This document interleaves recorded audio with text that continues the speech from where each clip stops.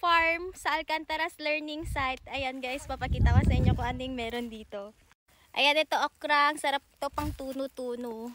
Ito naman sili. Grabe, ang daming sili. Masarap din to ituno. Si mama kumukuha ng sili. Siguro itutuno niya to. Anya, Abraham, tama? Ituno. Tuno nga. Masarap din to pang paksiw. Tapos ito naman yung talong. Ayan guys, ang daming talong. Talong. Tapos meron ding pineapple dito. Mamaya puntahan natin yung pineapple farm sa bundok. Doon pa yun. Nasa paligid-ligid lang itong mga pineapple. Ayan, ang ganda ng bunga nito guys. Ito naman yung tubig. Libre lang yung tubig. Sobrang linaw. Galing to sa bundok. Diba? Meron din kalamansi. Grabe to mamunga guys. Sobra-sobra siya kung mamunga. Ito guys, kung familiar kayo nito, ito yung tinatawag nilang elephant ear. Ito yung nauuso last time na sobrang laking parang gabi. Meron pa dito mas malaki. Nagkalat lang yung mga ganito dito sa farm. Tapos meron din siyang bunga ito. Meron ding pang tinola dito guys, papaya. Ang dami guys no. Abot kamay ko lang yung papaya dito. Meron yung matatangkad na papaya. Nagkalat lang din. Tapos guys, hindi ko alam kung anong tawag dito. Parang buko ata. Kasi buko yung nasa baba. Siguro. Buko tree, coconut tree. Tapos meron ding banana tree. Maraming banana dun sa bundok. Dun. Sana mapuntahan natin mamaya. Meron ding kakao dito guys. Diba? Nahawakan ko lang yung bunga nyo. Ito naman yung tarpaulin ni Papa, Alcantaras Learning Site. Diba? Ito yung front view namin.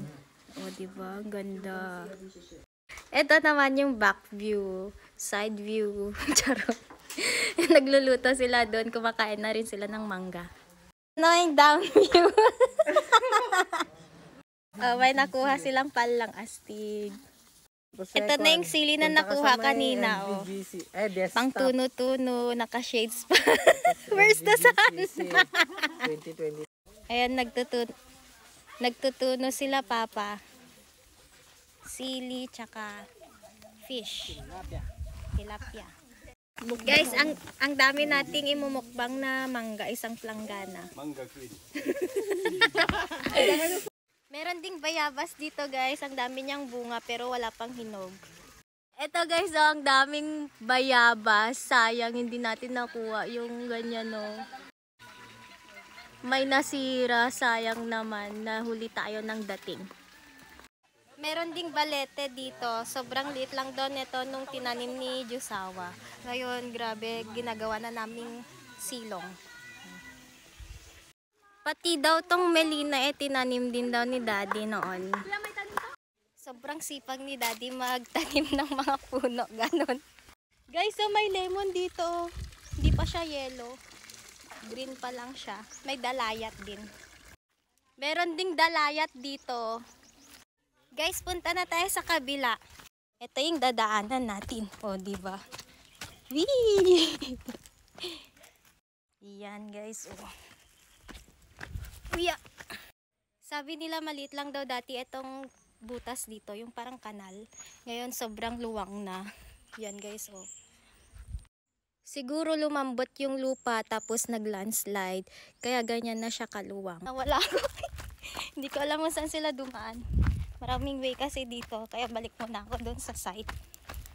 Hindi ko sila nasundan. Nawala ako.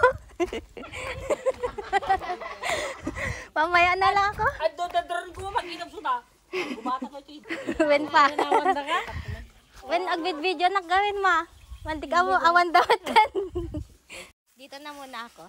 Ito guys, kung makikita ninyo, ipapatubo sila ng mushroom. Sa loob niyan, may mga mushroom. Yan guys, diba? Tapos sa kabila naman, ito, organic na abono. Ayan. Marami pang iba't ibang klase ng puno dito guys. Katulad neto.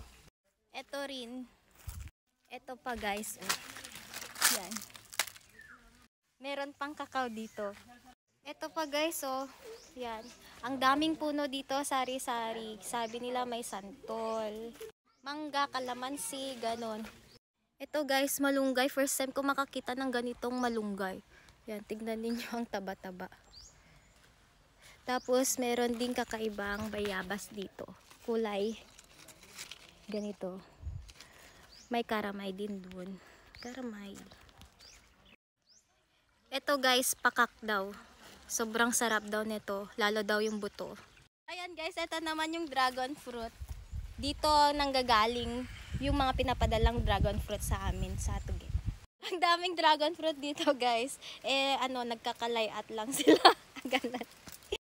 Anya? Karat? Agkalat-kat. Ang kad nitong aratilis dito guys, oh. May bunga naman yung saging dito. Ayan. Sa baba, oh, parang bangin.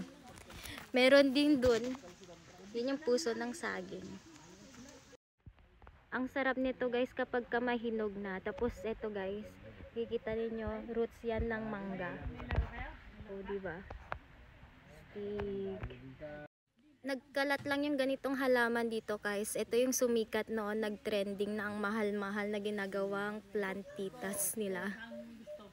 Hindi lang nila to pinapansin dito sa probinsya guys. Tapos itong parang kanal na to, sobrang liit lang daw to dati hanggang lumuwag ng lumuwag. Naging ganito na. Ayan guys, next time ko na lang kayo dalhin dun sa may pineapple farm tsaka sa may sagingan dahil hapon na at uuwi pa kami sa Tuguet. Ang gagawin na lang muna namin ngayon ay mag-harvest ng iuuwi namin sa Tuguet. Ayan guys, yung kinukuha ni Ading sili. Ipapakita ko muna sa inyo yung view ngayon dito sa may farm. Andito ako sa may entrance. Ayan, ito talaga yung masasabi natin na nature therapy at andun yung learning site. Yan, dito yung way papunta doon. Tapos yan, ito yung magandang bundok.